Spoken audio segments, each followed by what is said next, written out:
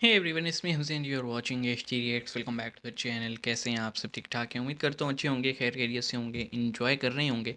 और हम इस टॉपिक पहले भी बात कर चुके हैं, लेकिन पहले था इन काइंड ऑफ रोस्ट के अंदाज में कि कश्मीर में जो है लिथियम का बहुत बड़ा आप कह लें ज़ख़ीरा मिला है, भंडार मिला है।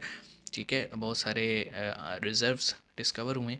और लिथियम आप जानते हैं कि आज के दौर में आज के इस टेक्निकल दौर में आपके सेल फ़ोन, आपकी स्मार्ट वॉचेस, आपके हर ऐसी चीज़ जो कि बैटरी ऑपरेटेड है उसमें यूज़ होता है। मतलब अगर हम बात करें तो जनाब देखते हैं क्या सीन है। वैसे तो हमें आइडिया तो है, हम पहले भी डिटेल में बात कर चुके हैं, लेकिन रिक्वेस्टेड वीडियो है, आया है जनाब, बात तो करनी पड़ेगी।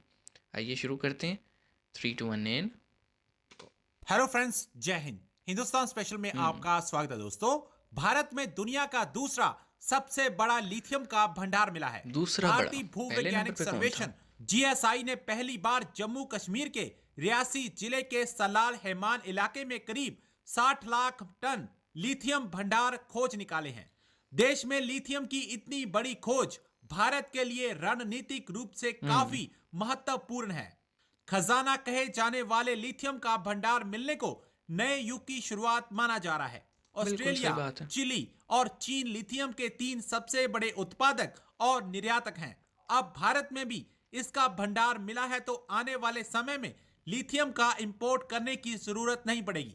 भारत में एग्जैक्टली। लिथियम के मिलने से माना जा रहा है कि आने वाले समय में इलेक्ट्रॉनिक्स वाहनों के सेक्टर में बड़ा बूस्ट मिल सकता है। पाकिस्तानी मीडिया जम्मू डेफिनेटली कश्मीर में डेफिनेटली बूस्ट लिथियम तो के मिलेगा। इतने बड़े भंडार मिलने से काफी दुखी दिखाई दे रहा है। एक खबर तो ये है जो बड़ी ही धूमधाम से चल रही है। आलिया और मैं जी। इसको देख रही थी कि बीबीसी से लेकर और जितना भी चेहरे से इंटरनेशनल तो कहीं मीडिया से है दुखी वहाँ नहीं है। पर हाँ, अल दुखी हम जजीरा अपने मुल्क के और हालात पे ब्लूमबर्ग और ज़रूर उन हैं, तमाम जगहों पर इस तरह जो की चीज़ें सर्कस यहाँ पे शाया चल हुई रहे हैं। हैं उसमें कहा गया पॉलिटिकल। है कि जम्मू कश्मीर में लिथियम के बड़े ज़खायर दरियाफ्त हुए हैं और ये टन्स ऑफ लिथियम है जो वहाँ पर डिस्कवर हुआ है।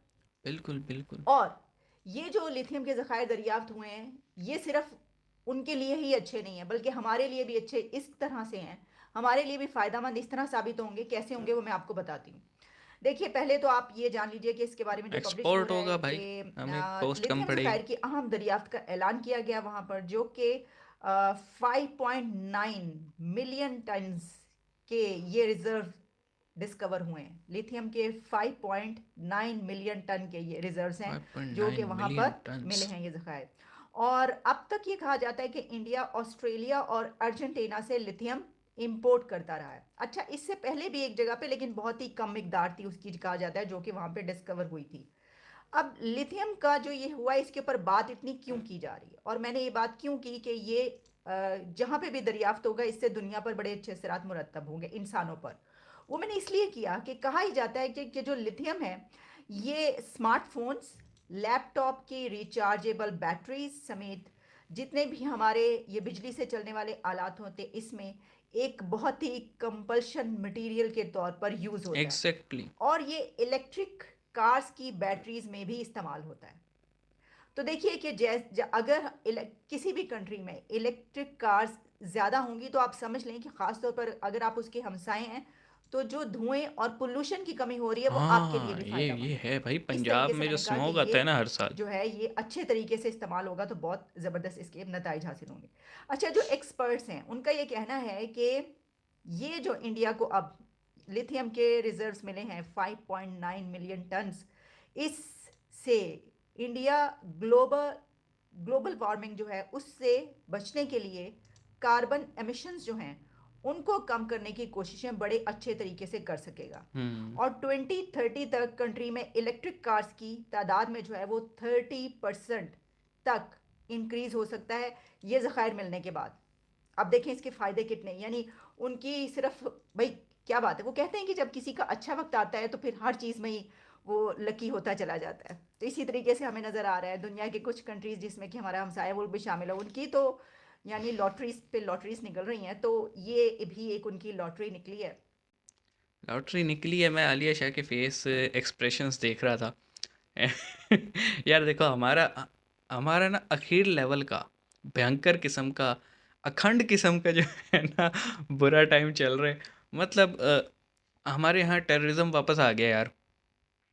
पिछले तकरीबन 7-8 सालों में ना कभी भी वो एक एक फेयर होता है ना, आप अगर मार्केट में जाएं, रश में जाएं, तो एक पहले फेयर होता था यार, जा रहे हैं कलमा पढ़ के ही जाओ, पता नहीं आखिरी ना हो।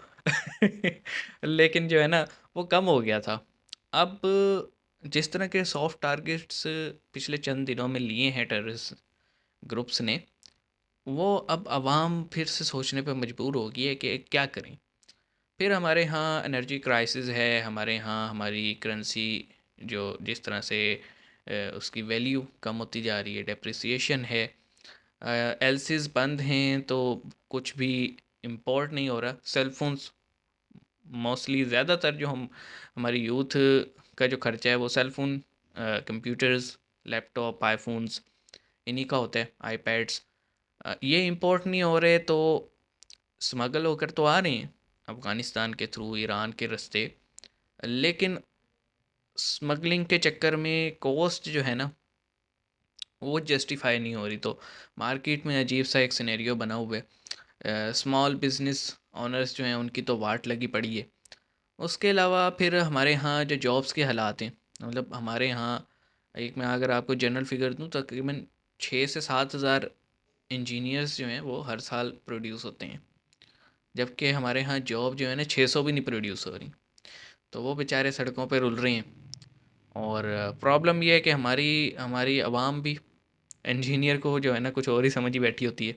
बहरहाल अब सीन ऐसे है कि पॉलिटिकली भी हम ठीक नहीं जा रहे, इकोनॉमिकली भी हम ठीक नहीं जा रहे, और कोई हमारा अच्छा टाइम भी नहीं चल रहा, गुड लक भी नहीं चल रहा पूरी दुनिया में। मैं आज न्यूज़ देख रहा था सुबह के, पाकिस्तान आज़रबाईजान से भी भाई उधार तेल मांग रहे हैं अब।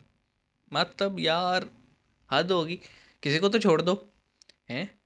मतलब चलो सऊदी से समझ में आती थी, बड़े अच्छे ताल्लुकात हैं। अज़रबैजान को सिर्फ आज तक हमने दिया ही किया है, अज़रबैजान से भी लेने पे आ गए हम। दिया तो वैसे हमने सऊदीज़ को भी कुछ नहीं है, लेकिन यार मर्ज़ी है जी, हमारी हुकूमतें, हमारे हमारे लोग अभी भी जो है ना ट्रक की बत्तियों के पीछे लगे हुए हैं, नून वाले नून के पीछे लगे हुए हैं, और यूथ ये पीटीआई वाले पीटीआई इमरान खान के पीछे लगे हुए हैं। वो ये नहीं समझ रहे कि इन सब का ही किया धरा है। लेकिन नहीं, हमने तो 70 साल 80 साल के बुढ़ों को ही अपने ऊपर हुक्मरान लगाने, लगा लो फिर देखी जाएगी। बाकी जनाब कॉन्ग्रेचुलेशंस, हम हमेशा आपको जो है ना अपने खुशी का इज़हार करते हैं जब आपके यहाँ कुछ अच्छा होता है, और यही दुआ करते हैं हमारे यहाँ भी कुछ अच्छा हो जाए। मिलते हैं नेक्स्ट वीडियो में, अपना ख्याल रखिएगा। और एक एक स्पेसिफिकली हमें है कि यार वीडियो को शेयर ज़रूर कर दिया करो। रीच बिल्कुल डेड है, हमें तो लग रहा है कि हमारी तो बात कोई सुन ही नहीं रहा, लेकिन कोई बात नहीं, हम ढीठ हैं, हम लगे रहेंगे। मिलते हैं नेक्स्ट वीडियो में, अपना ख्याल रखिएगा। सी यू गाइस।